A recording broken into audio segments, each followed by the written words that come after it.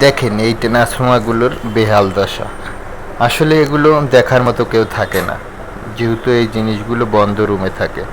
আসসালামু আলাইকুম।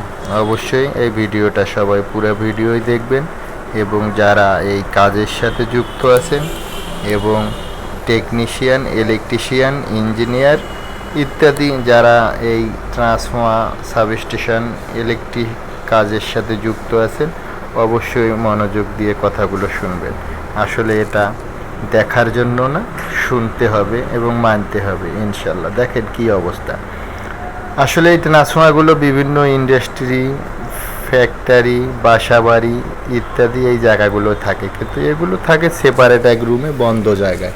আসলে এখানে যারা ইলেকট্রিক কাজের সাথে যুক্ত আছে তারা ছাড়া কেউ প্রবেশ করতে পারে না। অবশ্যই এই ভিডিওটার মাধ্যমে সবাইকে সতর্ক করতে চাচ্ছি যে যারা এই কাজের সাথে যুক্ত আছেন অবশ্যই একটু খেয়াল রাখবেন এবং কর্তৃপক্ষের নলেজে দিবেন যেন বাৎসরিক মেনটেনেন্স ইত্যাদি এগুলো ঠিকভাবে করে। যদি এটা ঠিকভাবে সার্ভিস করা হয় তাহলে দীর্ঘদিন লাস্টিং করবে। অয়েল লেভেল ঠিক আছে কিনা, ছিরিকাজেল এবং ট্রান্সফর্মারে কোনো লিকেজ আছে কিনা অবশ্যই খেয়াল রাখবেন।